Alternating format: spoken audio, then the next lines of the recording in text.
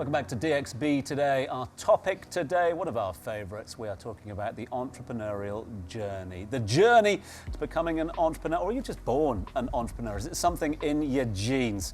That's something we're diving into with a number of different experts. And who best to ask than our next guest, who has a long list of titles to his name. He is an entrepreneur, a technology executive, a board member, an investor, an advisor, and a guest of ours tonight as well. Hafez AlSayed has joined us live on the server. Great to have you on board. Thank you. Thank you for this long introduction. It could be longer. 10 businesses are mentioned earlier. I truly believe entrepreneur is the person who builds and breaks stuff at the same time. That's a nice way of putting it. I like that as more a title for me. That will be the perfect one. Yeah, that makes it a bit. We'll put that underneath your picture here. Right, I mentioned before the break there, you know, the journey that you've been on. And one thing that a lot of people pick up on is CEO at 23. When did you know that you wanted to be a CEO, or is that just something that happened? Well, it is something that just happened.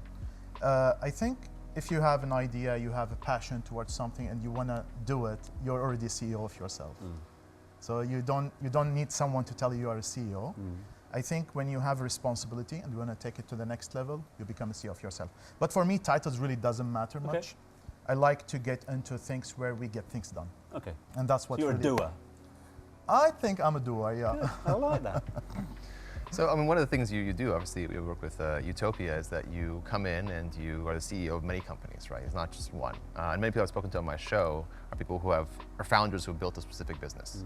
And they have a real passion for that business and a real sort of, there's a sense of like connection or legacy that goes with that business. In your case, it seems to be different, right? You like to come in, get in there early, get out early to a certain extent. I'm just curious sort of what drives that. I mean, have you never wanted to do something yourself in the long term? Like, why do you look at the, what's so exciting, I guess, about the early beginnings of the entrepreneurship? I think entrepreneurship, like mostly we have passion towards what we build by default, and we love what we build. But for me I thrive with complexity. I want to take the business from 0 to 1, and this is the most critical part of the business. Then taking the business 1 to 50, then 50 to 100 is someone else. And this is what I'm really good at. I feel like I don't want to do the whole thing, because you know, when you start something, the best way is to ideate, then you have to launch, then you have to scale, and you have to exit. So for me, I put an exit very early because I thrive more in the early stage.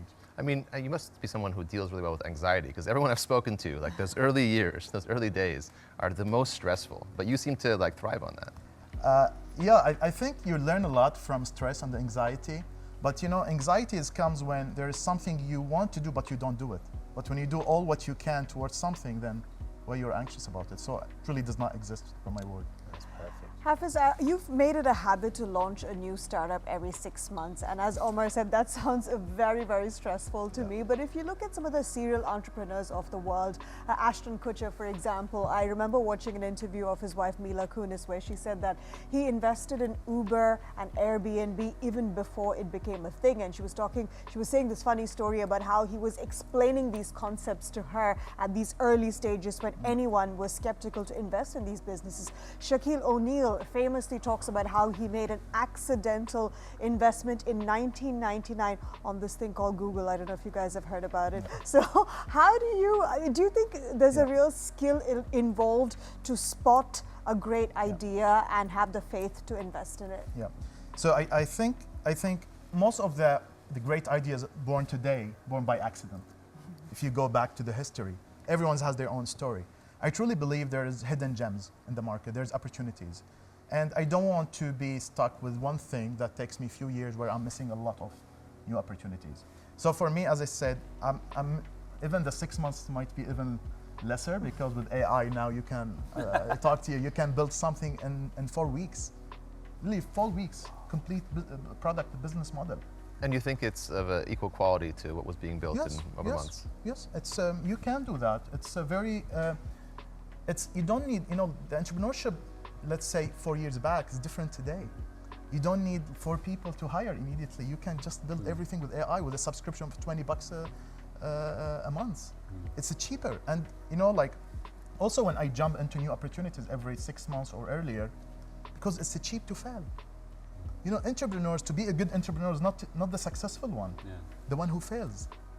And that's something, you know, when you start this journey, you have to accept failure. So Hafez, hypothetically say I'm an entrepreneur, I need help. How can Utopia Lab and Utopia X help entrepreneurs like So me? when we started Utopia, and we clubbed all the ventures of what we have in it as our ventures, but also we want someone else's ventures. So this is out of passion. We started Utopia Lab and Utopia X. Utopia Lab is basically if you have an idea, you have a product, and if you are a fractional CEO, which is a term I use a lot, and you have a passion towards something, you just submit to us your idea and we will give you, the team will help you, will tell you the journey we've been through. So I've built over 25 products, also businesses around it, from retail, from healthcare, medical screening tools. So we can give the benefit out of it. Of course, we will give you the team what you need and we'll be partner with you. So it's not only just to give you the support and leave you alone. No, we will be with you through your journey. Hafez, we're out of time, but I just want to get one in if I can. It's a question that we ask on the quiz all the time. It's the why to buy question, because you've built businesses in the US, you've taken funding from other parts of the world. Why is Dubai unique? Well, it's unique because it's fast. I've set businesses while I'm traveling in an airplane.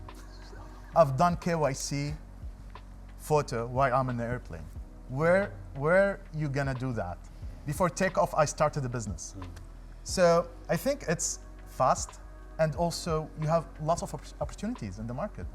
And you know, when you said we have Dubai, but we have also Sharjah, we have Abu Dhabi, we have Ajman. So you have multiple competitions already. All of them want you to do business.